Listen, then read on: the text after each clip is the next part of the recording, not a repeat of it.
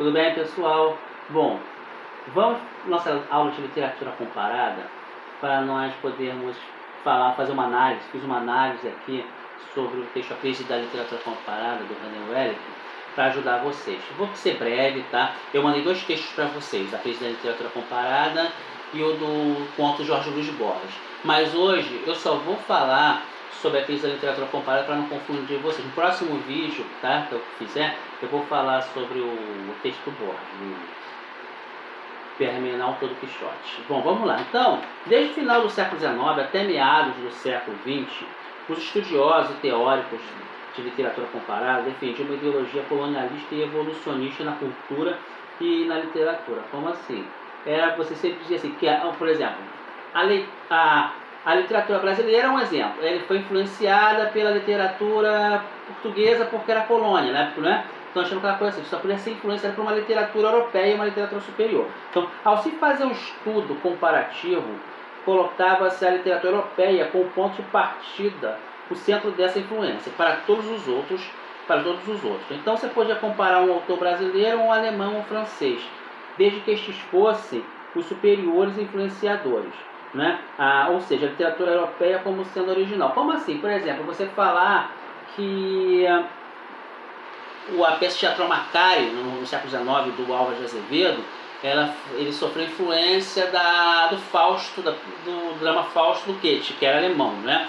Por exemplo, você vai falar que o Luiz Azevedo, autor do Cortiço, Casa de Pensão, Mulato, ele sofreu influência do Émile Zola, por exemplo, que era francês. Tá? Então nós tínhamos essa... Não que não tivesse influência, mas não era só isso. Você tinha que sofrer uma influência. Então, a partir dos anos 1950, da década de 50, o René Wellick, justamente no pós-guerra, ele vem propor não só uma nova visão de mundo, mas estudos comparativos. Porque você tinha aquela literatura que começa a mudar. Pós-guerra, a partir da guerra, começa a ter uma visão assim de descolonização, tá? Então começa a se mudar, assim como começa a mudar o pensamento da sociedade, começa a mudar tanto a literatura quanto a crítica literária.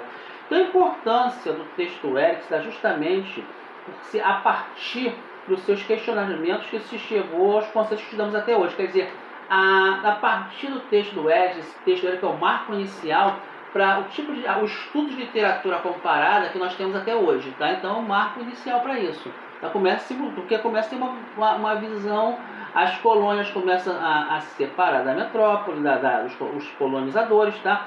Então antes de fazer uma literatura comparada, né, que era muito assim, mais uma questão ideológica e política de quem é superior e de quem é o influenciador, quem é o influenciado, quem do estudo do texto do determinado autor. Um autor era influenciado pelo outro. Então você tinha muito era mais assim, restrito esse estudo de literatura comparada.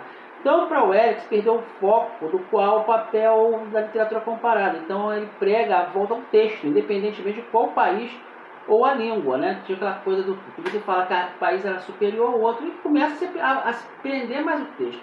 Embora a literatura seja universal, cada país, cada região tem a sua realidade. Mesmo que você veja pontos em comuns em literatura em diversos lugares do mundo, como a loucura, como o ciúme, como a inveja, que são coisas universais do mundo, isso caracteriza a literatura universal, que ela vai ser atual em qualquer época e em qualquer lugar do mundo, mas não se restringe só a essa influência. Claro que você não vai dizer, por exemplo, que nós tínhamos uma mentalidade no século XIX, no romantismo, dito romantismo, a volta ao passado histórico. Então nós tínhamos aquela coisa do cavaleiro medieval, o Walter Scott, a Ivanhoe, o Ivanhoe, como é mais conhecido, o cavaleiro medieval, o Alexandre Herculano, português, com o Eurico Presbítero, que tem aquela volta ao século VIII, escreve no século XIX. Então você pode falar que o José de Alencar sofreu uma influência, sim, porque você pode perceber que como no Brasil não teve passado histórico, não teve Idade Média, desculpa, ele volta ao passado do Brasil colonial. Então ali você pega a figura do herói nacional e o cabo do índio. Então mas tem uma realidade nacional, tem uma proposta. Então no Brasil, por exemplo, acreditava-se que o barroco não era literatura brasileira, por se tratar de uma cópia que se fez na Europa antes da literatura brasileira. Mas olha só, como se acreditava. Mas nós estamos num país de formação. O barroco foi no século XVII. E, o que caracteriza o barroco? Sintetizando, nós tínhamos na Idade Média, tudo era voltado para Deus, para a religião, para o espírito. No Renascimento, tudo é voltado para a razão. E no barroco tem aquele conflito. Não, eu tenho uma espiritualidade, mas eu também tenho um desejo. Então é o bem contra a mal, são ideias antagônicas, sentimentos antagônicos. Isso se refletiu no Brasil, mas tivemos ecos do barroco, e um pouco esses ecos, creio que foi muito bem definido, muito bem representado. Então, literatura brasileira, você pode dizer, é brasileiro ou não, pode ter influência ou não, mas com certeza ele deu ele falou da realidade dele.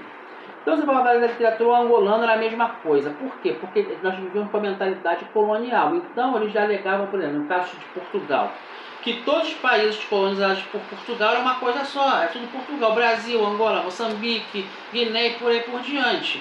Então eles achavam que você não podia estudar, por exemplo, a literatura, fazer uma comparação da literatura brasileira e angolana, por exemplo, porque era uma coisa só. E não, o Eliot ele muda esse conceito, porque muitas vezes, até você no Brasil, nós somos um país de dimensões continentais, vamos falar do Brasil, que é a nossa realidade. Você tem às vezes uma realidade que você vive no sul é diferente do norte, nordeste, sul, sudeste, não é? Então você pode até comparar a própria literatura nacional uma com a outra, tá? Então o Eliot, ele defende o retorno ao estudo do texto, cujo foco foi perdido devido às ideologias. Então nós chamamos, por exemplo, essa ideologia colonial, as teorias científicas do século XIX que surgiu na Europa, por exemplo.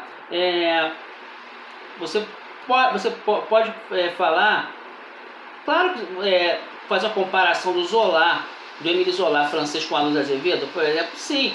Só que você tem, claro, porque os dois também tem aquelas teorias científicas do século XIX, por exemplo, determinismo de Taylor, o ébrio do meio, momento, hereditariedade, mas, inclusive são teorias que já caíram por terra. Mas são realidades diferentes. A realidade de Paris é uma coisa, a realidade do Rio de Janeiro seria outra, século XIX, embora a miséria, tenha temas em comum. Bom, mas nós não podemos também condenar, como eu sempre falo nas aulas para vocês, autores, críticos de tempos passados, vocês viram leitores anacrônicos. Você vê muito, por exemplo, é muito comum, até professores falam que o autor tal, o crítico tal era racista, era preconceituoso, sem analisar a época em que ele vivia. O indivíduo ele passa a ser o quê? Um leitor, um crítico anacrônico. Ele lê uma crítica do século XIX, no início do século XX, um texto do século XIX, no início do século XX, com a mentalidade de hoje, tá? Então, isso é um erro fatal. Bom, eu te espero que eu tenha ajudado vocês bastante, tá? E próximo vídeo vai ser sobre o autor de Quixote, o texto do Jorge Luiz Borges. Um abraço, boa semana para vocês.